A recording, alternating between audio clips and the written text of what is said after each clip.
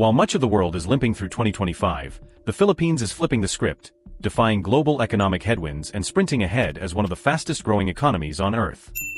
You ever notice how every country loves to flex about resilience right before their economy tanks? Yeah, us too. It's 2025. The global economy feels like it's been tossed in a blender. Slowdowns in China, recession whispers in Europe, and the US? Still trying to figure out if it's actually thriving or just really good at pretending.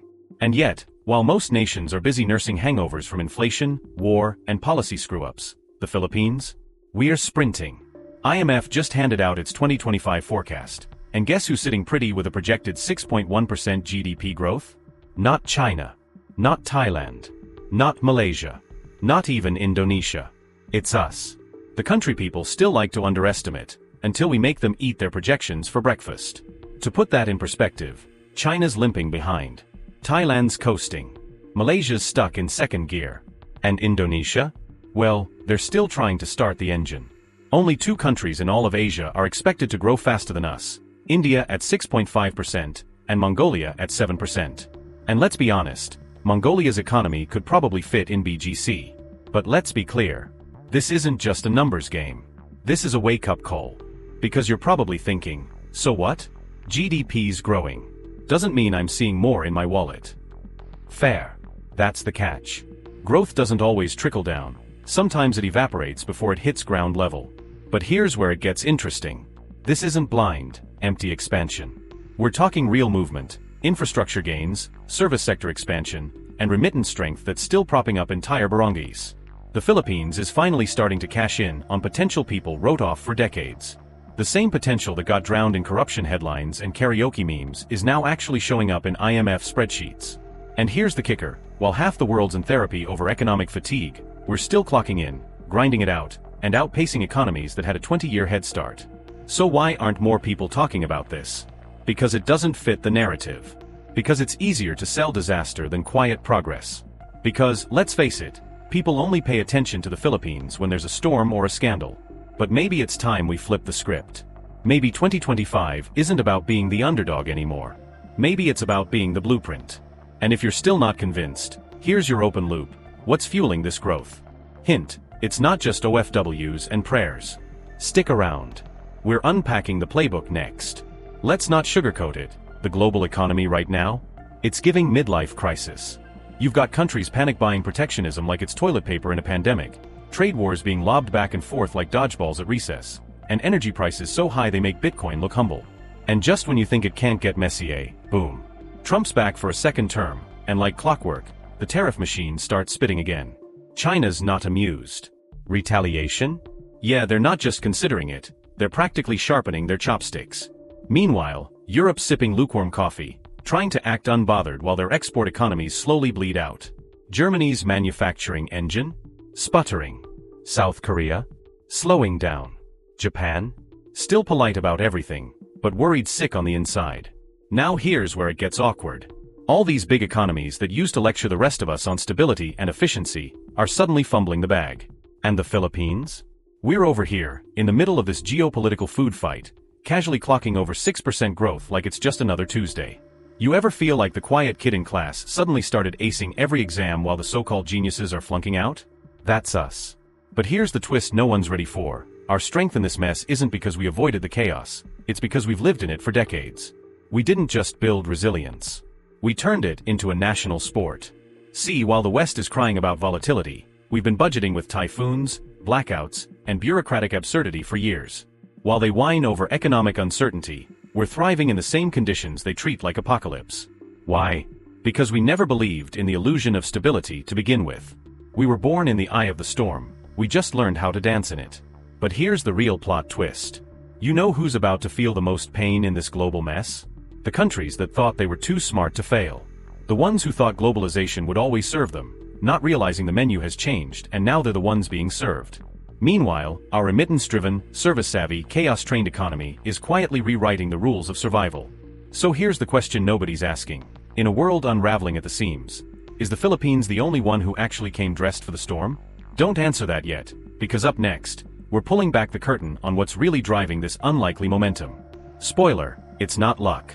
It's something much scarier, We finally figured out how to play the global game better than the people who invented it. Here's a hard truth no one admits at parties. Most economies are one global hiccup away from face-planting. One supply chain jam, one tariff tantrum, one oil price spike, and boom, they're crying recession into their oat milk. But the Philippines? We've got a cheat code. It's not flashy. It's not sexy. It's just 115 million people buying stuff. Constantly. That's right, 77% of our GDP comes from domestic consumption. Not exports. Not fancy trade deals. Just us, spending like it's payday even when it's not. Other countries brag about their export muscle. Meanwhile, we're over here flexing our population like a Costco membership. Big, chaotic, and oddly effective. You want a stable economy? Try giving 115 million people something to eat, scroll through, and complain about. That's our economy. And it works. Think about it. While Germany panics because China isn't buying enough car parts, and Korea's sweating over chip demand, we're chilling. Our biggest trade partner? Ourselves. It's like being in a relationship where the other person never leaves. Slightly dysfunctional, but dependable. Here's the kicker. You ever notice how people say don't put all your eggs in one basket? We didn't. We cracked them all into one giant pan called the Filipino appetite for everything. Food, TikToks, fast fashion, endless mall strolls. And somehow, that chaos buffet shields us from the worst of global disruption. Now, does that mean we're invincible? No. But while other nations are out there obsessing over export charts and forex trends, we're keeping businesses afloat with daily essentials and whatever's trending on Shopee. And get this, during global slowdowns, while import-reliant economies suffocate, we just keep going. Like a Tito who refuses to stop dancing at 2 a.m., we don't know when to quit, and maybe that's our secret weapon. But here's what they won't teach you in econ class. When your people are both the market and the driver, you build an economy that's not just self-sustaining, it's self-aware. We know we can't rely on the world to save us. So we learn to save ourselves. With barbecue stands, sorry stores, and yes, endless Jollibee lines. So ask yourself this. In a world obsessed with external validation, is the Philippines the only economy that knows how to stay standing because it actually knows itself? Hold on to that thought, because next, we're diving into the other unsung hero of our economy. The silent storm that powers everything while wearing a smile and crossing oceans to do it. You guessed it, the WFWs. And they're not just sending money. They're building the spine of a nation. Let's talk about the real MVPs of the Philippine economy, the ones holding the line while pretending not to sweat. OFWs and BPO workers. Modern-day gladiators, just with headsets and wire transfers. Here's a gut punch we all saw coming but still pretend is a compliment. $37 billion in annual remittances. That's 8% of GDP, coming straight from millions of Filipinos who had to leave their families just so their families could eat. Romantic? No. Resilient? Hell yes. You ever wonder why this country hasn't completely collapsed despite decades of government finger-pointing and pothole policies? It's not magic. It's money, sent home by moms wiping old people's butts in Milan, dads driving cabs in Dubai, and fresh grads managing warehouses in Winnipeg. They're not working abroad. They're plugging holes in a ship that's constantly sinking. And yet, we don't talk about it like it is. We dress it up with words like heroes and global citizens, as if calling your child through a time zone gap while doing overtime in a place that can't pronounce your name is somehow glamorous. It's not. It's sacrifice dressed up as stability. It's survival with a plane ticket. Now throw in the outsourcing sector, BPOs, IT, customer service. The invisible army behind your favorite apps, corporate emails, and midnight ma'am/sir greetings. They power a $30+ billion industry, and they do it without ever being seen. But here's the twist that'll bake your brain. These sectors are more stable than agriculture or manufacturing. Yup. The call center worker is more economically bulletproof than the rice farmer. Why? Because you can outsource a voice, but not rain. Think about that. While floods drown crops and factories get ghosted by foreign investors, our BPO industry just needs a stable internet connection and a fresh pot of 3-in-1 coffee. And the world keeps calling, because we keep picking up. So here's the painful paradox. We rely on people leaving the country or working overnight in windowless cubicles to keep the economy alive. And somehow, it's working. Not ideal. Not sustainable. But effective? Absolutely. So the next time someone says the Philippines is booming, ask them this. Are we booming? Or just bleeding quietly in dollars? Stick around, because up next, we're diving into the darker side of growth they never show in economic forecasts. How inequality here doesn't grow. It mutates. And trust me, you're gonna want to see this monster up close. You ever notice how everyone suddenly becomes an economic expert, when interest rates drop? Like one minute they're ranting about gas prices on Facebook, and the next, they're quoting central bank policy like it's scripture. Relax, Karen. You still think inflation means prices go up because the moon was full. But let's cut through the noise. Here's the part they don't post about on TikTok. The Banco Central just pulled the trigger, slashing interest rates from 6.5% to 5.75%. Why? Because inflation dropped to 2.4%. Translation: the fire's cooling down, so the firefighters stepped back. Smart, on paper. Now here's the twist that should make your inner cheapskate perk up. Lower interest rates mean money just got cheaper. Borrowing's no longer the financial version of slow torture. Businesses? They can take out loans without coughing blood. Consumers? You can finally buy that washing machine without needing 3 cosigners and a miracle. This is monetary policy's version of taking off the weighted vest. And for a country like the Philippines, where every peso counts and small wins feel like championships, this is a breath of fresh air in a smoke-filled room. But before we pop the champagne, let's be real. Just because borrowing's easier doesn't mean people suddenly can borrow. This isn't a magic wand. It's a toolbox. And a lot of folks are still trying to fix a leaky roof with a spoon. If you're broke, you're still broke. Just slightly less punished for it. Let me put it like this. Lower interest rates are like giving out umbrellas when the storm has already soaked you. Helpful? Sure. But only if you caught it before pneumonia set in. And here's a thought you're not supposed to say out loud. A drop in rates doesn't mean the economy's strong. It means someone's trying to keep the illusion alive. A little smoke here, some mirrors there, and boom, people spend more, thinking things are getting better. Confidence isn't built on results. It's manufactured through optics. Welcome to economic theater. So the next time you hear a headline bragging, Philippines cuts interest rates to boost growth, ask yourself, growth for who? Big business gets loans. The poor get slogans. Still, it's not all doom and drama. If leveraged right, this could spark real movement. Just don't expect miracles. Expect math. Controlled, calculated, cold-blooded math. And if that doesn't rattle you, wait until we unpack where all that easy money really ends up. Spoiler, not in your pocket. Stay tuned. Let's not kid ourselves. The only thing more fragile than someone's ego in the comments section is a developing country's currency. One bad headline and boom, you're holding monopoly money. But here's the twist, the Philippine peso? It's holding the line. While other currencies in the region are doing their best impression of a nosedive, the peso's just chilling. Now before you get too impressed, this isn't magic. It's not because we cracked some ancient economic code. It's because of 3 things people love to romanticize but rarely understand: remittances, low export pressure, and a trickle of foreign investment that's just enough to keep the illusion alive. Let's break that down like your last relationship: emotionally distant, quietly dependable, and oddly supported by people who left you. Because that's what remittances are, money sent home by Filipinos who left the country to escape the same system we're now praising for its stability. The irony's poetic. The reality? Brutal. And don't forget, we don't rely heavily on exports. That's not a flex, it's an insurance policy. When the global economy plays dodgeball, and export-driven countries get pelted in the face, we're just standing on the sidelines holding snacks. Less exposure, fewer bruises. But here's the curiosity loop you didn't know you needed. Why do investors still flirt with a country that's half mired in traffic, bureaucracy, and karaoke fuel denial? Simple. Currency stability makes them feel safe. Not let's buy a condo safe, but safe enough to park money without having it evaporate by breakfast. Because in finance, perception is reality. A stable peso says, we're not booming, but we're not burning either. It's like dating someone emotionally unavailable, confusing, yet oddly comforting. And for the average one, it means imported stuff doesn't triple in price overnight.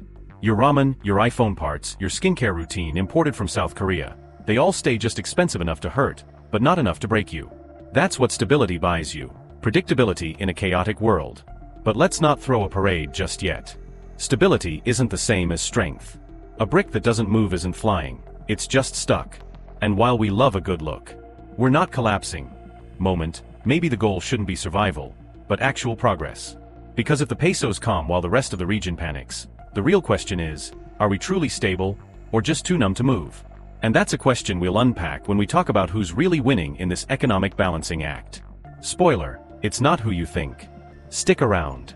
So here we are, standing in traffic for 2 hours while reading headlines that say infrastructure boom underway. If irony had a GPS, it would drop a pin right here. Let's get real. You ever notice how every new administration talks about building the future, while you're still dodging potholes from the past? Yeah. Same song, new remix. But this time, the chorus goes, build better more. Catchy. Vague. Sounds like a motivational quote you'd see on a mug in a government office, half filled with cold coffee and broken promises. But here's the kicker, it's actually working. Kind of. Turns out, Marcos Jr. is putting real weight behind the country's infrastructure. Subways are crawling out of PowerPoint slides and into real concrete. Roads are being paved instead of just endlessly repaired. Bridges are getting built instead of endlessly ribbon cut. Here's the stat you didn't know you needed. The infrastructure budget for 2024? Nearly 1.4 trillion pesos. That's not pocket change. That's the kind of money that, if spent right, could drag the country from third world delays to first world flow. But here's where it gets spicy. This isn't just about building stuff. It's about attracting money. Foreign money. The kind that usually looks at the Philippines like a Tinder profile with a blurry photo and questionable intent. But thanks to regulatory reforms, that profile's had a glow up. Especially in renewable energy. Investors used to treat the sector like a weird uncle at family parties. Everyone knows it's there, but no one wants to get too close. Now, they're swiping right. Solar, wind, hydro. They're finally getting the attention they deserve. Why? Because someone finally figured out that clean energy isn't just good PR, it's a billion peso opportunity. Still, let's not get drunk on optimism. Policies are promises. Implementation is where dreams go to die. You can print 1,000 blueprints, but if your construction crew still thinks deadlines are suggestions, we're just painting lipstick on a bulldozer. Here's your curiosity loop. If we're finally fixing what's broken, why does it still feel like nothing's changed? Answer: because progress doesn't scream, it whispers. And most of us are too tired, broke, or jaded to listen. But here's the truth no one wants to admit. For once, the foundation is being laid. Quietly. Slowly. Painfully. But it's there. And if this momentum holds, well, maybe, just maybe, the Philippines might stop surviving and finally start building. Stay tuned. Because what comes next might just shock you, or stall out. Either way, you'll want a front row seat. Let's cut the fluff. The Philippines isn't rich in oil, gold, or trillion-dollar tech giants. But you know what it does have? A national export more powerful than any natural resource.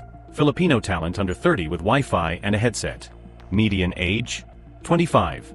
Translation: this is a country run by people who grew up on Facebook, learned English from Disney Channel, and can switch from K-drama to coding in the same breath. They're fluent in memes and machine learning. That's not a workforce, that's a weapon. But let's not romanticize it just yet. Because here's the part no one posts on LinkedIn. This youth doesn't just want to work, they have to. Rent doesn't pay itself, and passion doesn't cover tuition. So yes, they're motivated, but not because they read Atomic Habits. It's because they read the electric bill. And here's the plot twist. The Philippines is now one of the top BPO powerhouses on earth. Not because it's cheap, okay, maybe a little, but because these kids can say escalate the issue in an accent cleaner than half the interns in New York. Companies are throwing contracts at Manila like it's Black Friday for call centers. You ever wonder why customer support for your US bank sounds suspiciously cheerful at 3 a.m.? It's not magic. It's a 25-year-old in Quezon City, on their third Red Bull, solving a problem they'll never personally afford to have. Let that sink in. But it's not all hustle and headsets. The government, for once, isn't just clapping from the sidelines. It's pumping money into STEM education and tech training like it finally realized the economy can't ride on beauty pageants and karaoke forever. They're creating boot camps, scholarships, and skill hubs faster than influencers launch skincare brands. Now, here's your curiosity loop. If we're this talented, this young, and this fluent in the global language, why aren't we dominating more than just voice support? Simple. Because talent isn't the problem. Opportunity is. The youth are ready. It's the systems that still think ambition needs permission.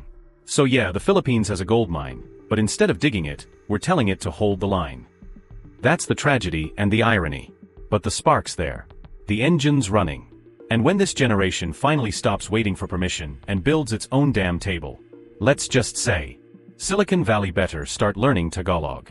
Let's be honest, for the longest time, the Philippines was like that shy kid at prom. Decent potential, decent outfit, but just awkwardly standing in the corner while everyone else danced with investors. But now, somebody finally put on the right cologne. $9 billion in FDI in 2024. That's not pocket change, that's a 20% glow up. And no, it's not because the Philippines suddenly found oil or invented the next ChatGPT. It's because the world finally noticed what locals have been screaming into the economic void. We've got the talent, the time zones, and the tenacity. We just needed someone to swipe right. And now? Foreign investors are lining up like it's payday at Ayala.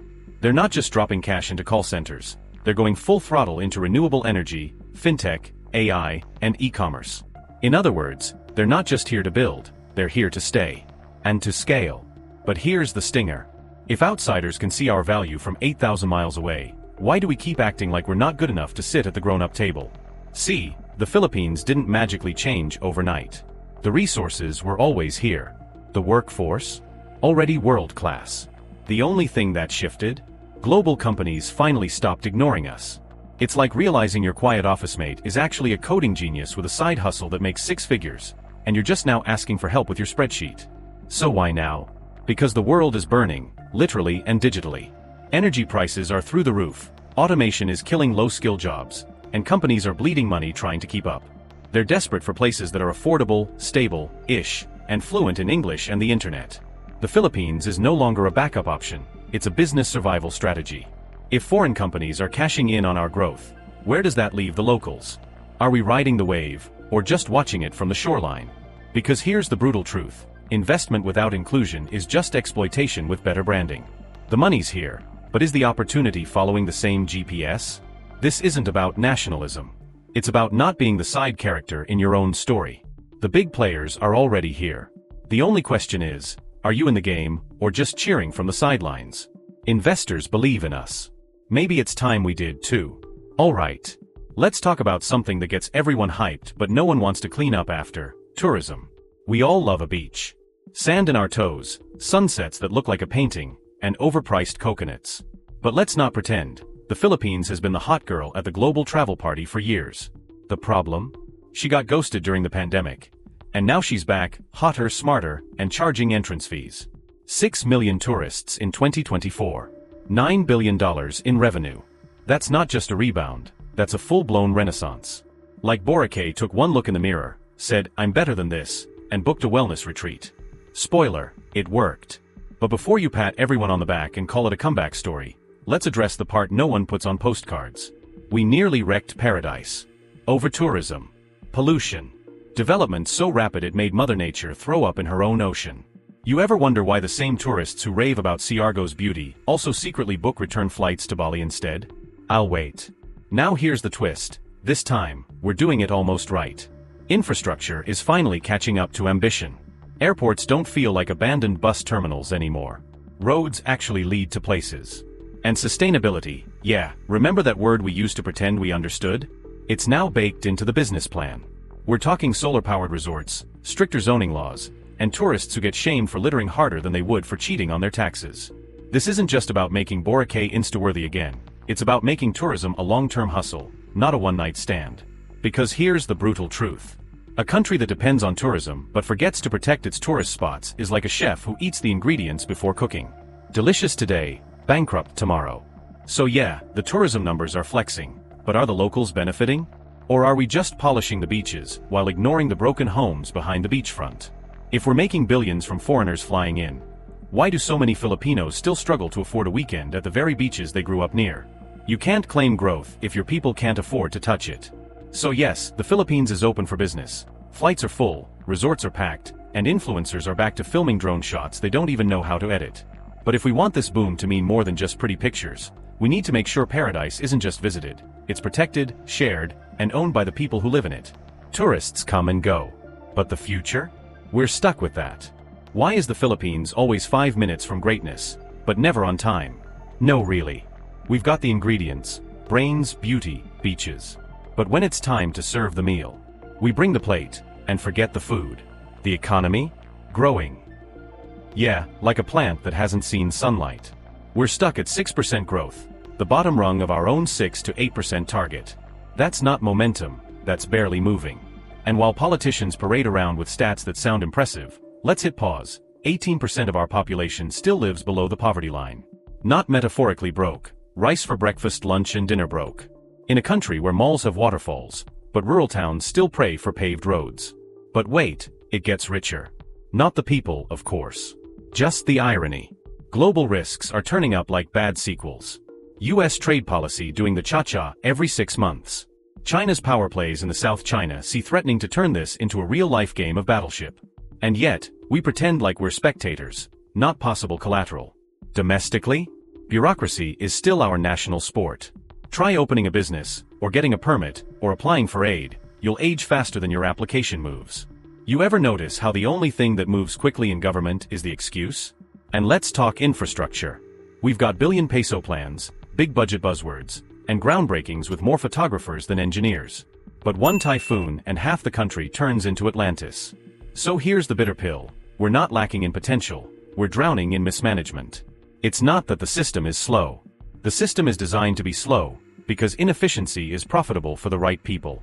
But here's where it twists. What if this constant almost isn't accidental? What if we're not failing, we're being held here? Held in a cycle where we clap for crumbs. Where we celebrate surviving instead of thriving. Where real progress is too dangerous because it threatens the comfort of those who benefit from the chaos. So, are we brave enough to admit that the problem isn't what we lack, it's what we tolerate? Because until we face that, no tourist boom, no investor forum, no shiny GDP will matter.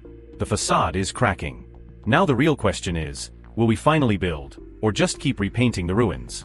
Ever wonder why Filipinos can survive 3-hour traffic, a Category 5 typhoon, and a power outage during a teleserie climax, all in the same day, and still offer you food? That's not resilience. That's a superpower masquerading as coping. We're not just optimistic, we've industrialized it. We've built entire cities on the idea that no matter how bad it gets, bastat manjiti kakayanan. And it's beautiful, until you realize that same smile is how we've been gaslit for decades. When resilience becomes a requirement, not a choice, it stops being noble, and starts feeling like national Stockholm syndrome. But here's where the plot thickens. Beneath the poverty, potholes, and political pageantry, the Philippines is sitting on prime geopolitical real estate. We're not just in Southeast Asia. We are the metaphorical front porch to the Pacific, a pivot point between East and West. You think the US is here for our mangoes? Nope. They know geography is power. And we're the power strip in a region full of uncharged giants. China wants us quiet. The US wants us loyal. ASEAN wants us neutral. But what if, instead of picking a side, we play them all? Like that one friend in a love triangle who knows everyone's secrets but still gets invited to all the parties. Our soft power? Criminally underrated. Filipino nurses are holding up global healthcare. Our seafarers are steering international trade. And our culture? Spreading faster than a TikTok dance challenge. Even our Hugot lines have made their way into foreign breakups. That's not influence. That's infiltration, and we do it with karaoke mics and Sinigang. But here's the kicker, we're sitting on all this strength and acting like the intern in our own story. We have the culture, the strategic location, the global presence, and we still ask for permission to lead. Why? Because for every diplomatic chess move we make, there's a mindset telling us to stay small. Stay nice. Don't stir the pot. But guess what? The pot's already boiling. We're not the underdog anymore. We're just late to realizing we're not. So, here's the million-peso question. Will the Philippines finally use its seat at the table, or keep asking if it's allowed to sit? Outlook and conclusion. Strong fundamentals, infrastructure, education, renewable energy, stable monetary policy. Young workforce and domestic market offer a competitive edge. Despite challenges, Philippines is setting a new benchmark for emerging economies.